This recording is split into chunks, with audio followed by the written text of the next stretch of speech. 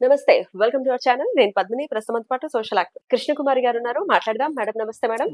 అదాని వ్యవహారం అటు తిరిగి ఇటు తిరిగి బంధాలని చాటు ఆ బంధం ఈ బంధం అందరికీ తెలిసిందే. ఆయనకి అందరితో అనుబంధాలు ఉంటాయన్న విషయం తెలిసిందే. ఎటకేలకు రేవంత్ రెడ్డి గారికి ఈ బంధం ఒక చిన్న అటాక్ ఇచ్చిందా? ఆయన చుట్టూ మెడ చుట్టూ బిగుసుకుంటోంది ఆయన అంశం అనేది బయట వినపడుతున్నటువంటి మాటలు. అసలు రేవంత్ రెడ్డి గారికి అదానికి ఏమిటి సంబంధం? ఏమిటి నేపథ్యం? మెడకు చుట్టుకునే వ్యవహారం ఏమిటి? ఈ విషయాల గురించి వాట్ ఈస్ యువర్ అనాలిసిస్? ఇప్పుడు గౌతమ్ అదానీ అనే అతను ఏ పెద్ద వ్యాపార నేపథ్యం లేకుండా, అంటే అంబానీలకి వాళ్ళ నాన్న స్థాపించిన సామ్రాజ్యం, అలాగే టాటాలకి ఒక 3-4 తరాల నుంచి ఉన్న సామ్రాజ్యం, ఇట్లా ఇవాళ వ్యాపార దిగ్గజాలందరికీ కూడా ఒక వారసత్వం, వ్యాపార వారసత్వం అవన్నీ ఉన్నాయి. కానీ కొంతమంది అక్కడక్కడ వాళ్ళకై వాళ్ళు సొంతగా ఎదిగే వాళ్ళు కూడా ఉంటారు. కానీ ఆ ఎదుగుదల ఎంతవరకు ఉంటుంది అంటే మొదటి జనరేషన్లో కాస్త లిమిటెడ్గానే ఉంటుంది. కానీ గౌతమ్ అదానీకి మట్టుకు ఆయన గుజరాత్ వాడు అవ్వటం వల్ల, మోడీకి అత్యంత సన్నిహితుడు అవ్వటం వల్ల, మోడీ కరుణ కటాక్ష వీక్షణాలు ఆయన పైన ప్రసరించడం వల్ల ఆయన చాలా పెద్దవాడయ్యాడు. ఎంత పెద్దవాడయ్యాడంటే అంతర్జాతీయ సంస్థలు ఈయన పైన నిఘా పెట్టి అసలు ఈయన ఇంతలా ఎలా ఎదిగాడబ్బా అని సంభ్రమాచర్యాలతోటి ఆయన పైన గూఢచర్యం వహించి కూపీలాగేంతగా ఎదిగాడు. ఎదిగి ఈ హిండెన్స్బర్గ్ అనే ఒక సంస్థ, అంతర్జాతీయ సంస్థ, అది అమెరికాకు సంబంధించిన సంస్థ. ఆ సంస్థ అన్ని దేశాల్లో వ్యాపారస్తుల గురించి అది స్టడీ చేస్తూ ఉంటుంది. స్టడీ చేసి దానికి సంబంధించి నివేదికలు ఇస్తూ ఉంటుంది అనమాట. అట్లా వాళ్ళు లాస్ట్ ఇయర్ ఒక నివేదిక ఇచ్చారు. ఏంటి అంటే గౌతమ్ అదానీ తన షేర్లు విలువ పెంచుకోవటం కోసము, అలాగే తన సంస్థలోకి పెట్టుబడుల్ని ఆకర్షించటం కోసము ఆయన తప్పుడు పత్రాలని ఇస్తున్నాడు బయట ప్రపంచానికి. అంటే ఆయన కంపెనీ విలువ తక్కువ ఉంటే కూడా ఎక్కువ ఉన్నట్టుగా చూపిస్తున్నాడు. ఇప్పుడు ఎవరైనా ఏమనుకుంటారు, ఆయన కంపెనీ విలువ చాలా ఉంది అంటే ఆయన పెద్ద సమర్థుడు అనుకుంటారు. ఆయన వెనక తోక పట్టుకుని ఈక పట్టుకొని వెళితే మనం కూడా ధనవంతులు అయిపోతాము అనుకుంటారు. ఆయన కంపెనీ షేర్స్ కొంటారు. అదే కదా జరిగేది. అలా అందుకోసం అని చెప్పి ఇట్లాంటి మదుపరుల్ని ఆకర్షించటం కోసం, ఇన్వెస్టర్స్ ని ఆకర్షించటం కోసం ఆయన తప్పుడు నివేదికలు ఇప్పించుకుంటున్నాడు తన ఆడిటర్ల ద్వారా అని ఆయన మీద ఇంకొక 8 మంది మీద హిండెన్స్బర్గ్ నివేదిక ఇచ్చింది.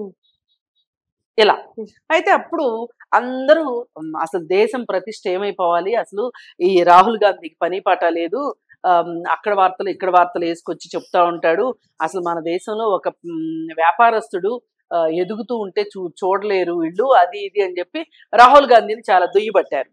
సరే, ఏది ఏమైనప్పటికీ అది కొన్నాళ్ళు అలా సాగి ఆ సందర్భంలో వాళ్ళ షేర్లన్నీ రేట్లు పడిపోయి నానా గందరగోళం అయింది. సరే, ఆ విషయం సమసిపోయింది.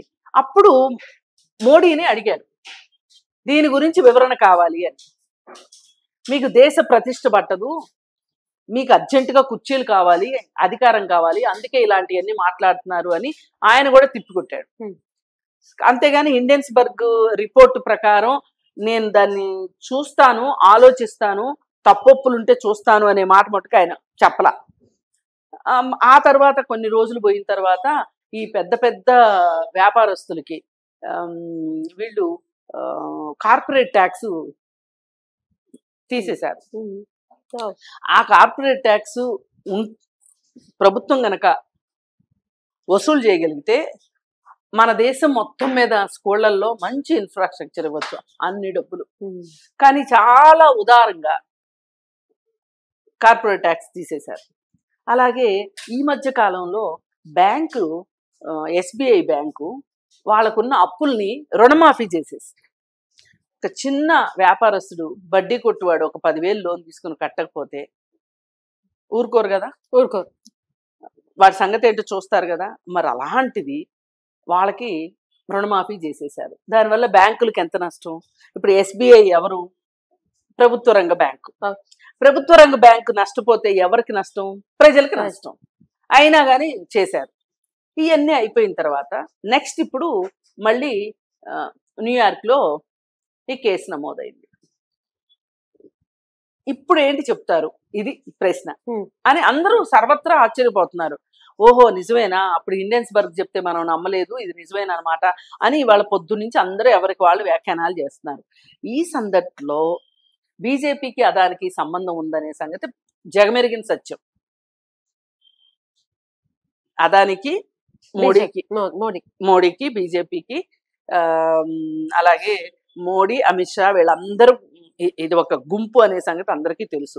పైగా ఈ గుంపు అంతా గుజరాత్ వాళ్ళు అనేది కూడా తెలుసు. మరి ఈ దేశంలో అప్పులు ఎగ్గొట్టే వాళ్ళందరూ కూడా బ్యాంకులకు అప్పులు ఎగ్గొట్టే వాళ్ళు మాక్సిమం గుజరాత్ వాళ్ళనే తెలుసు. సిబిఐ కేసులు పెట్టి కూడా సిబిఐ వీళ్ళ పాస్పోర్ట్లు తీసుకుంటారా నాయన అని చెప్తే కూడా వినుకోకుండా వాళ్ళకి చక్కగా దగ్గరుండి బోన్వాయి చెప్పేది కూడా మోడీ అనేది కూడా అందరికీ తెలుసు.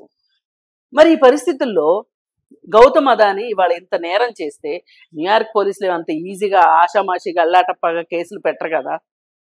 మరి ఇప్పుడు ఈయన మీద ఏ విధంగా ఉంటది వీళ్ళ రియాక్షన్ అంటే, వీళ్ళు తెలివిగా ఏం చేశారు అంటే, నిన్న మహారాష్ట్ర ఎలక్షన్స్ విషయంలో మోడీ మీద రేవంత్ రెడ్డి బాగా గట్టిగా మాట్లాడేసరికి ఇంకా వాళ్ళకి ఇప్పుడు రేవంత్ రెడ్డి మీద అర్జెంటుగా మాట్లాడాలి. అందుకని ఈ సందర్భాన్ని అందుకు పురస్కరించుకుని నువ్వు ఎన్నికల విరాళం ఎందుకు తీసుకున్నావు, మన దావోస్లో 12,000 కోట్ల కాంట్రాక్ట్ ఎందుకు తీసుకున్నావు అని మాట్లాడుతున్నారు. అంటే అదాని ఈ దేశంలో ఇంకెవ్వరికి ఇవ్వలేదా? ఒక్క కాంగ్రెస్ పార్టీకి ఇచ్చారా ఎన్నికల నిధులు? బీజేపీకి కూడా ఇచ్చారు. బీజేపీకి చాలా ఎక్కువ ఇచ్చారు. అసలు ఇప్పుడు గౌతమ్ అదాని ఆస్తులు, మోడీ అమిత్ షా ఆస్తులు, బీజేపీ ఆస్తులు అన్ని కలగలిపే ఉంటాయి. వాళ్ళు ఇంతంత వాళ్ళకి సహాయం చేసేది ఎందుకు? వాళ్ళు సంపాదించిన డబ్బులో నుంచి వీళ్ళు ఎన్నికల అంటే బీజేపీకి ఎన్నికల విరాళాల ద్వారా, పార్టీ విరాళాల ద్వారా వీళ్ళు తీసుకోవచ్చని, ఆ డబ్బులు ఎన్నికలకు వెళ్తాలొచ్చని. మరి ఇప్పుడు ఎలక్షన్స్ ఏమన్నా సింపుల్ గా జరుగుతున్నాయా? ఇదివరకు ఇట్లాగా 100 కోట్లు ఖర్చు అవుతున్నాయి ఎలక్షన్స్ కి. మరి ఆ డబ్బులన్నీ ఎక్కడి నుంచి వస్తున్నాయి? బీజేపీ అనే డబ్బులు ఎలా ఖర్చు పెట్టగలుగుతుంది? నేను మొన్న ఎలక్షన్స్ అప్పుడు బర్రెలక్క ఎలక్షన్ ఉంది కదా, ఆ ఎలక్షన్ కోసం అని చెప్పి వెళ్ళినప్పుడు అక్కడ ఇళ్లలో వాళ్ళు చూపించారు, ఇంట్లో ఎంతమంది ఆడవాళ్ళు ఉంటే అంతమందికి 1,200 రూపాయలు ఒక్కొక్క చీర, అది చీర ఇచ్చారు. డబ్బులు వేరే, మగవాళ్ళకి ఆడవాళ్ళకి చీరలు, మగవాళ్ళకి మందు, డబ్బులు అలా అలా ఖర్చు పెడుతున్నారు. ఎక్కడి నుంచి వస్తున్నాయి వాళ్ళకి డబ్బులు?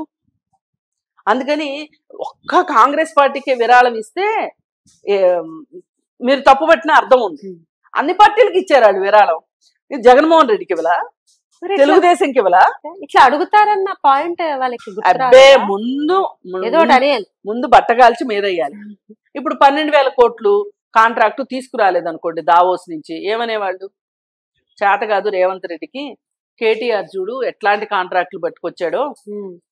అంటే ఇప్పుడు బీజేపీ పాలిత ప్రాంతాల్లో ఎక్కడ అదాని కాంట్రాక్టులు ఇవ్వట్లేదు అదానికి. మరి వాళ్ళందరూ ఇచ్చినప్పుడు రేవంత్ రెడ్డి ఇస్తే తప్పు ఎట్లా అవుతుంది? ఇదంతా ఏంటి అంటే దొంగే దొంగ దొంగ దొంగ నరిసినట్లు. అలాగే రెండో వాళ్ళ మీద బట్టగాల్చి మీదేస్తే వాళ్ళే మసి తుడుచుకుంటా కడుక్కుంటా కూర్చుంటారు పనులు మానేసి. ఈ సందట్లో సడేమి అన్నట్లు మనం అక్కడ రాజకీయ లబ్ధి పొందాలి అనే ఒక ఉద్దేశం తప్పితే వేరే ఏమీ లేదు. చాలా డొల్లతనం ఉంది. అయితే చాలా డొల్లతనం ఉంది. ఇలాగే ఒకప్పుడు మీకు గుర్తుంటే సత్యం కుంభకోణం బయటపడింది కూడా ఇలాగే. వాళ్ళకున్న ఆస్తుల్ని ఎక్కువగా చూపించడం, వాళ్ళ ప్రాజెక్టు విలువని పెంచి చూపించటము, తద్వారా షేర్ మార్కెట్ లో షేర్లు అమ్ముకోవడము. చాలా ఏదో ఒక రోజు ఇట్లాంటిది బయటపడినప్పుడు షేర్లు డమాలు అంటే అమాయకులు డబ్బులు వాళ్ళ జేబుల్లోకి వెళ్ళడము, ఇవన్నీ మనం చూసేయే కదా. హర్షద్ మెహతా కూడా ఎట్లాంటివే.